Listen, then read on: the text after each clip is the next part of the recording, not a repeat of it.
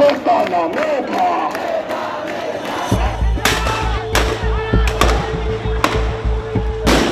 2024-এর 19, 20 ও 21 জুলাই পরপর এই 3 দিন একদিকে রাজপথে চলছিল সংঘর্ষ, অন্যদিকে ঢাকার আকাশে উঠছিল র্যাবের হেলিকপ্টার। সেই হেলিকপ্টারে তোলা হয়েছিল এসএমজি, শটগান, গ্যাস গান ও 3000-এর অধিক গোলাবারুদ এবং শত শত সাউন্ড গ্রেনেড। এমন তথ্য উঠে এসেছে আন্তর্জাতিক অপরাধ ট্রাইব্যুনালের তদন্ত সংস্থার প্রাথমিক তদন্তে। প্রাথমিক তদন্ত শেষে বলা হচ্ছে 2024 সালের এই 3 দিন র্যাবের হেলিকপ্টারে মোট 3555টি গোলাবারুদ তোলা হয়েছিল। এর মধ্যে 1542টি গোলাবারুদ ব্যবহার করা হয় আন্দোলনকারীদের বিরুদ্ধে। এছাড়াও আন্দোলনকারীদের শনাক্তের কাজে ড্রোন ব্যবহার করা হয়েছিল বলেও তদন্তে উঠে এসেছে। কিন্তু কেন আকাশে ওড়ানো হয়েছিল এই হেলিকপ্টার? কিভাবে পরিচালিত হয়েছিল সেই অভিযান?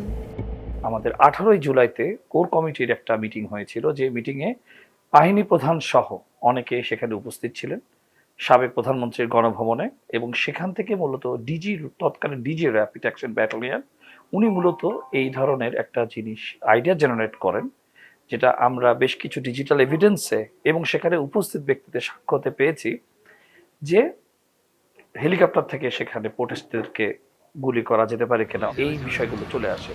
কিন্তু হেলিকপ্টার ফ্লাইটটাকে কিভাবে অপারেট হবে? প্রোটেস্টরা তো বিভিন্ন জায়গায় বিভিন্নভাবে বিক্ষিপ্তভাবে আছে, এর জন্য আসলে ড্রোনের একটা বিষয় চলে আসে, ড্রোনকে ব্যবহার করা হয়।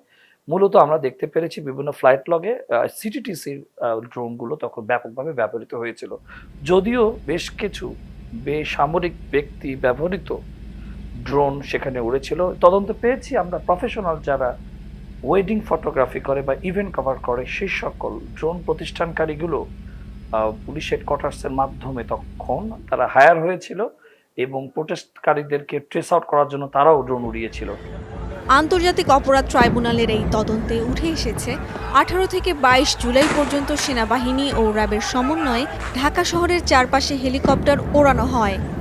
আমরা যখন যাই এবং ফ্লাইটগুলো লো অল্টিটিউডে ফ্লাই করার কারণে লোকাল বিটিএসে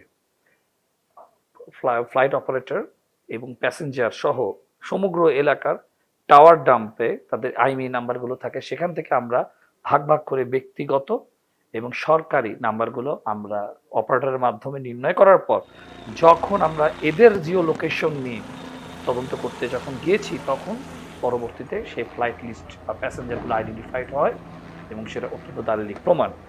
গুলির যে বিষয়টি আমি বলতে চাই, আমাদের কাছে বেশ কিছু কমপ্লেন আসে যে উপর থেকে গুলি হয়েছে এবং তীর্যকভাবে গুলি হয়েছে, যেটা সমান্তরালে গুলি করলে ডিগ্রিটা সেটা সমান হয় না।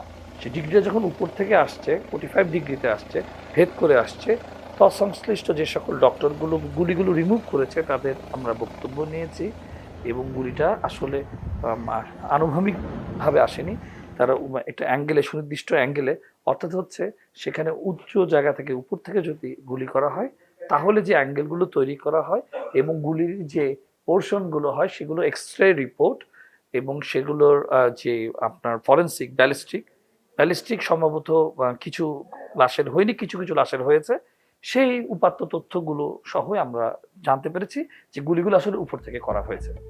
এবার আসা যাক হেলিকপ্টারে কি পরিমাণ অস্ত্র তোলা হয়েছিল এবং কতটা ব্যবহার করা হয় সে প্রসঙ্গে।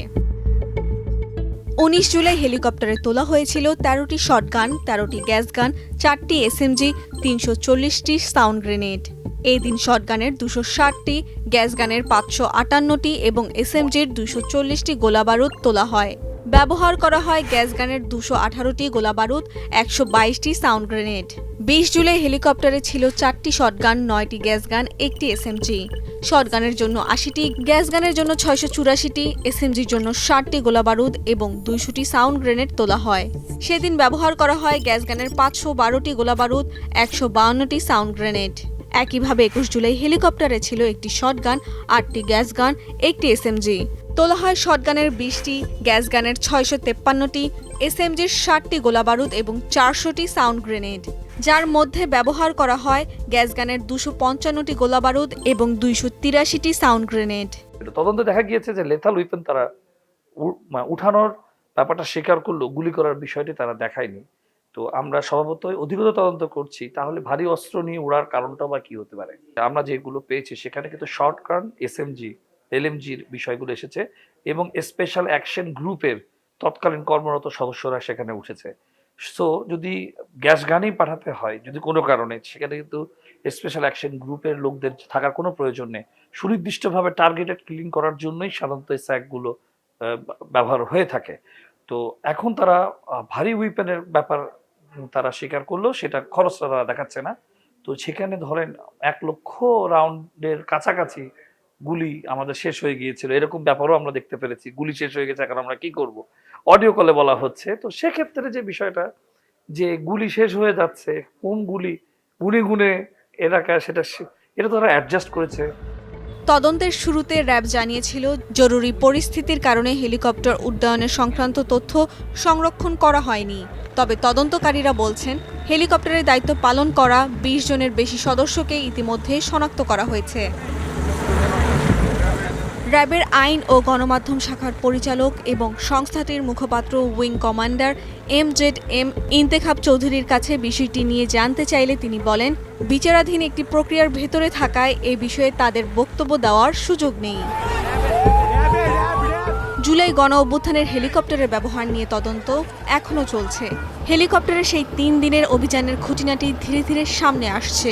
তদন্ত শেষে জানা যাবে এই অভিযান কিভাবে পরিচালিত হয়েছিল, কারা অংশ নিয়েছিলেন এবং কোনো অপরাধ সংঘটিত হয়ে থাকলে তার দায় আসলে কার।